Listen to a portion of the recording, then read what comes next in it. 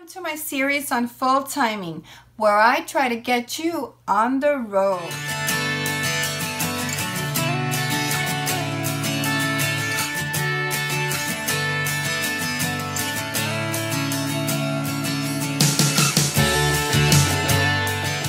This is part 4 of our full timing series. So if you haven't watched 1, 2, or 3, you're going to want to go down to the video description and you'll be able to watch those before you watch this one. This week we're going to be talking a lot about planning. In part 3 we talked about getting our RV, purchasing possibly the RV at this time. Now we're getting ready to actually go on the road. There's a lot of things going on. So this is not just steps that go on. You do one and then you do the next one. They're kind of all integrated where you could still be purging during this time, still getting rid of stuff. At this point, you're going to be planning your cube storage. If you're going to be going through a storage facility, you're going to be planning that.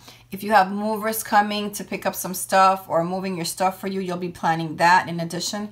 And if you're going to be renting a truck to move items to somebody's house or get rid of them, this is the time that you're going to be pretty much planning that because you've already done your research. First thing I want to talk about is your home state. When you go on the road, you still need to have a home base, an address, a physical address where you can get a voter's registration card, your driver's license, your registration for your vehicle, your RV. Mail has to be going somewhere. There's different things that you can do with that. There's a lot of videos on YouTube about things, so I'm not going to get into specific about those. If you want to see a video about the mail, what I do for the mail, I might possibly integrate it with my trip coming up and talk further about those things, not necessarily part of the full timing series. You might be using a family member's address as your main address, or you could use a P.O. box. Make sure that the facility that you use will forward your mail onto you. There's a lot of services out there that do things like that. There's RV Mail. There's St. Brendan's Isle, which is the one that I use. They're very good. They are dedicated in Florida to the sailing community and the mobile community. And they've been around for a long time and they're really economical. And I love the fact that they also have a scanning system for the mail. So if you pay an additional money per month, you can actually see your mail and know what's good or what's not. You might not want to have it shipped to you.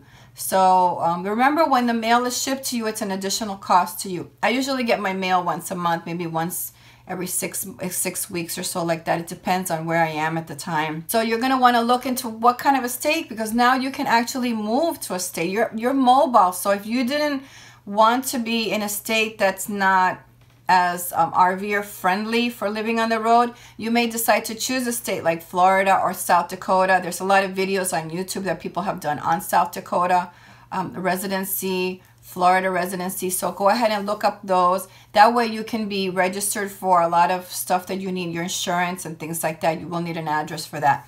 So go ahead and start researching that, calling around, looking around, searching for this, making a decision also at this time, which is the place that you're going to go with, and get your paperwork stuff and all your stuff done. Remember that when you forward your mail to a different location, it's going to take the post office at least 10 days for them to work all the kinks out of the system. So don't be like me and wait till like 4 days before to send in the post office my card for mail forwarding. Make sure that you give yourself enough time that is happening, and there's nothing, at some point there's nothing that's coming to the house anymore. Make sure that every family member in the house also gets their mail forwarded, including any businesses that you have is another thing that you're going to want to do. If you're doing it online with the United States Post Office, remember that they charge you $1 fee for doing that online, and that's per person. And you can do it as a family if you all have the same last name. If not, then you have to do it per person. And if you have a business, it is separate. If you do go to the post office and do it physically there, fill in the card physically, it doesn't cost you anything. And you can fill in as many cards as you like that are going to your address. A lot of your mail facilities that you're going to be signing up for may request some kind of notary statement from you, or authorization that you're going to be receiving mail for other people at their location. I know with Armando I had to do that because I'm his power of attorney, and all his mail that was coming to my house has to be forwarded over to the other location and they have to receive it. So I think there were some papers that I had to get notarized for his mail to start coming to me. So that's something that you're going to want to ask. Next one that we're going to start on is, how are we going to start our travels? What are we going to do? How are we going to start the travel? At this time, we're going to start planning and seeing where we are, how we're heading. We're going to want to check the weather and see what the weather's like. That's going to have a big impact on how you're going to travel and the time that it's going to take you to get there, especially if you're just starting out. Remember, you're going to be getting used to the system and your RV. You might want to go to RV parks in the beginning until you feel more comfortable to be off and you understand your particular rig. Research some memberships, because there's some great memberships out there for RV parks, like Passport America. There's Thousand Trails and Harvest Host. Just a lot of different memberships that you can belong to for like $40–$30. There's the Sam's Club also. So in the beginning, when you're starting out, if you're new to RVing and you're not doing so much the off-grid stuff, you need to be in hookups and things like that, or you just want to feel a little bit more comfortable. You're transitioning from a house environment where you don't really have to think about, you know, your water, your consumption of water, your electricity, things like that. You may want to start moving into an RV park for some time as you start getting comfortable venturing out. As far as RV parks are concerned, you're also going to be calling them in advance if you are going to be going to RV parks, because a lot of them will give you special rates if you stay there for the month. I know when I left my house, I left and I went to I traveled and I stayed at a particular RV park. I went there for like 2 days and I really liked the park. So I don't pay for the whole month up front when I get there. I go there and I pay for 1 or 2 days and I stay. And then I ask them, do you have a special rate? Sometimes in the year they do. And they're able to be if you decide the third day you're leaving, so now you can be retroactive to the month. If you say to them, look, I'm going to go ahead and stay in this park for the month, so can you go ahead and make the price retroactive? And they will do that for you. A lot of parks will do that. So they will credit you for those days and then redo it and count those days towards that month that you were at.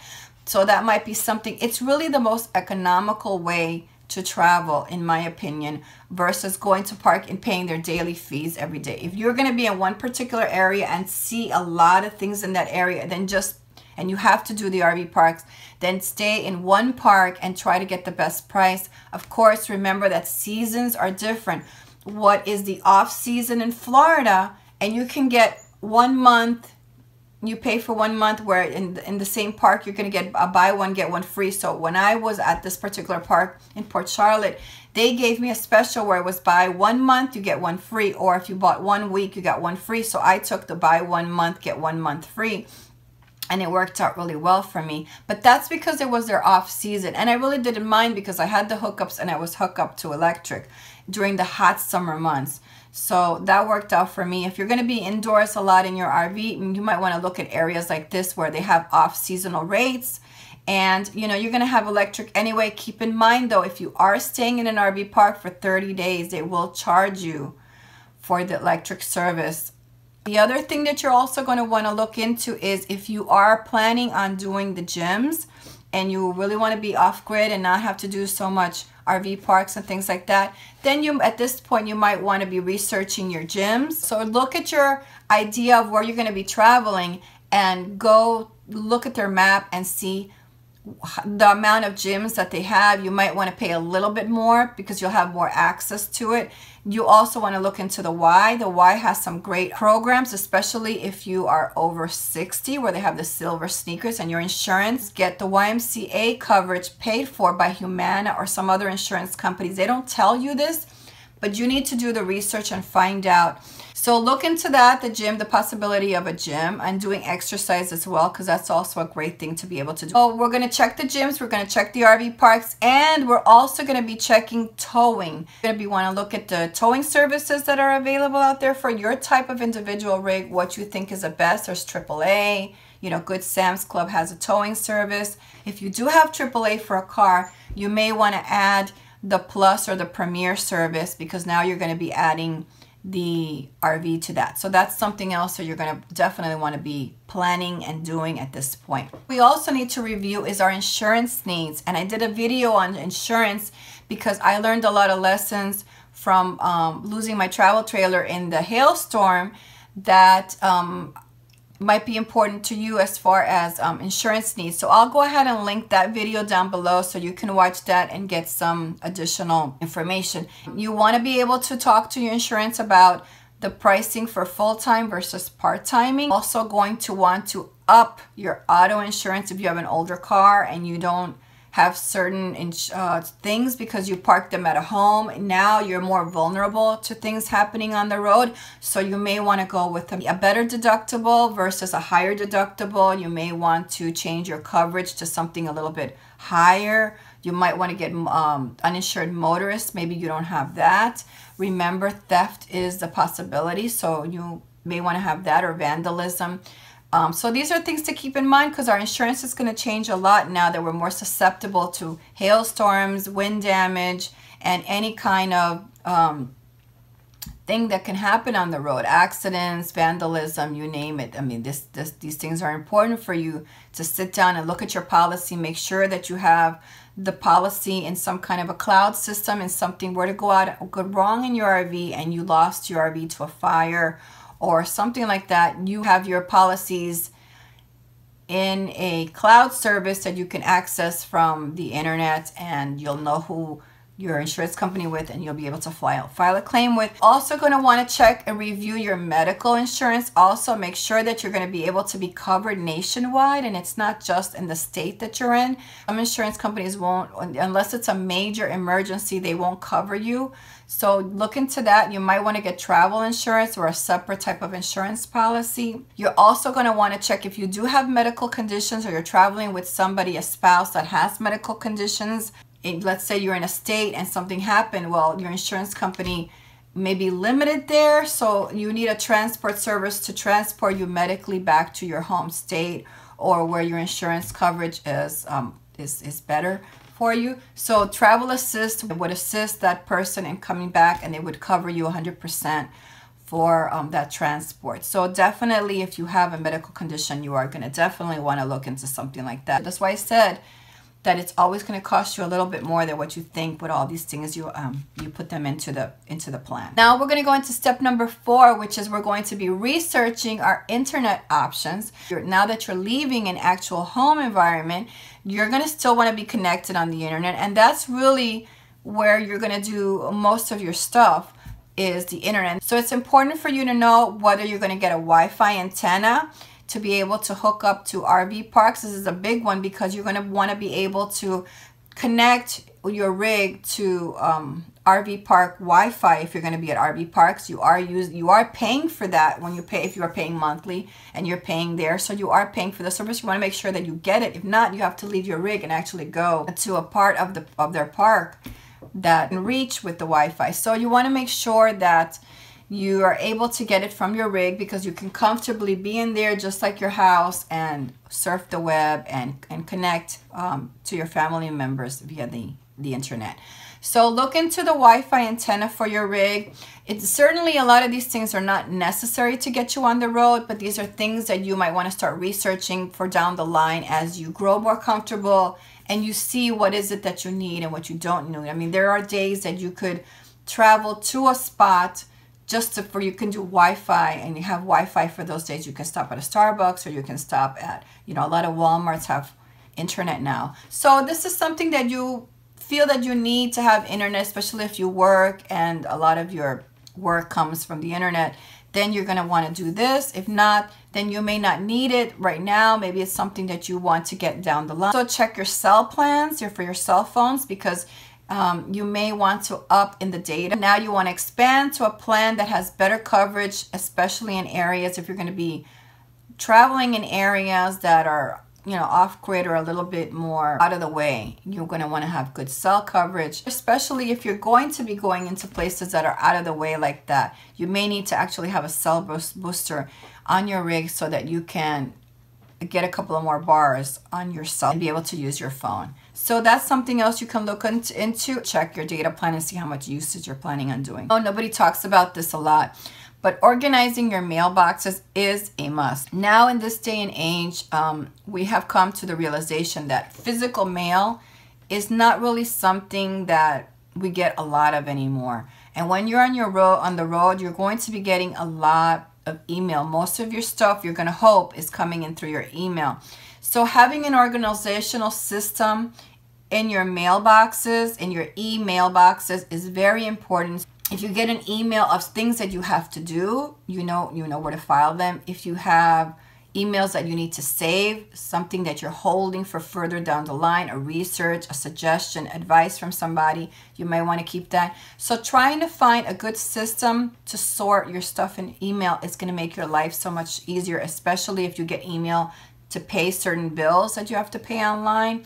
You need to have some sort of a system, and start doing this now, because if you're disorganized with your email boxes, it's going to get worse for you on the road. If you're a parent and you're planning on road schooling, this is my step number 5 for this section of planning, is road schooling. If you're going to be doing homeschooling with the kids, this is the time that you would have been looking at curriculums.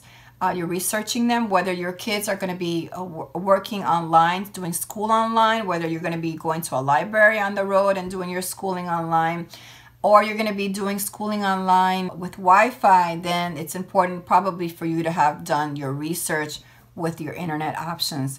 So you're going to be looking at the curriculums. I use a book system with Christian because having Wi-Fi and getting Wi-Fi is not reliable on the road, and you fall behind, and it's just easier when they have books, and the time that it is for driving, they can actually be doing some school, some reading, maybe taking tests in the car. So this is why I use a book system with him. I mean, it is more weight. You're taking up valuable space with books, but you know, a lot of these books you could sell on eBay later on if you're not writing into them or whatever. So look into the curriculum, look into the state laws. And this is another portion of this video that's important, because now that you're actually looking at your home state, for those of you that are going to be homeschooling, you're going to want to look for a homeschool state that is homeschool friendly and gives you the freedom to homeschool your kids the way that you want. And there's several, some are very strict, and some of them don't allow homeschool. So make sure that you research your state, the state that you're in, or the state that you're choosing has the kind of laws that you need in order to homeschool and teach your kids the way that you want to teach them. So that's very important. You may just have to change to a different type of a state. And that's where your planning comes in, so that you can make all those changes at this time. Also, when you go on the road, very important, and I'm going to put it in here now. This is the National Center for Missing and Exploited Children, and their website, I'll link it below, is missingkids.com. Have this little information booklet where you can keep in your RV, and it's basically all the information on the child. What you want to do is for each individual child, this was Christian's when he was little in school, you're going to want to have an actual picture of your child and have it on your phone in case your child ever does go missing. I couldn't have this now because he looks too different from this. So every 2 or 3 months, make sure you have a new picture of your child with the way that they look, because they do change, and their facial structure and bone structure changes a lot. So make sure you're always doing this and making sure you have one for each of the children. In addition to that, they will give you a card like this, and this is where they will show you how to do an ink stamp of fingerprints. Is also important for the child. If ever the child goes missing, you have all this information, then you can give it to the authorities so they can help find your kid faster. And hopefully nothing will ever happen, but all the information for the child is here at the time. So now you have the weight and the height and all of that, and you're definitely going to want to keep something like this on your phone at all times, all of this information as well. Your dentist can also probably figure this dental identification stuff for you.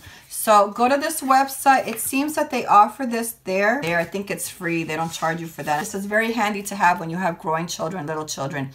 I mean, God forbid you never want to have to use something like this, but in the case that something happened, you do want to be prepared as a parent and have these things handy. As our step number 6 is to work. You're going to be wanting to decide what you're going to be doing with work. Are you leaving a job? Are they allowing you to work on the road? This is going to make a big impact, because this is where your money is going to come in. How much time are you going to dedicate to work? What are you going to do with the kids? Who's going to be watching the kids? Who's going to be homeschooling? Who's going to be doing the work?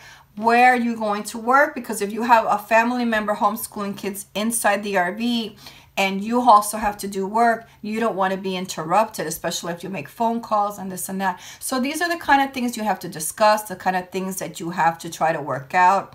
And this is why I say an RV park is great for these kind of things, because it helps you during these transitional phases. You're also going to be checking online whether you're going to be doing contractual jobs, freelance jobs, or you're just going to be going out and getting jobs, individual jobs, or we're going to be work camping. This is the time that you will start setting all that up. Maybe if you do more freelance work, you can have bookmarked on your browser a lot of the websites where you would go to find these jobs, and have those bookmarks so it's easy for you to go in and look them up. So this is the area where you're kind of deciding what is it that you want to do, how much time you're going to be using for employment and work on the road. So this is very important if you are going to be working on the road. If all of this can work for you, but you need to have an effective planning system. And I'm really big on the planning system because I just get a kick out of setting goals and having my goals highlighted that they were finished. My phone is what houses my reminders. I set myself reminders for things. I have a calendar on here. If I don't have this planner with me, and most of the time I don't, this basically just stays in my home or in my RV. If I do need to take, I will take a picture of that day if there's things that I have to do, so I'll have that on my phone.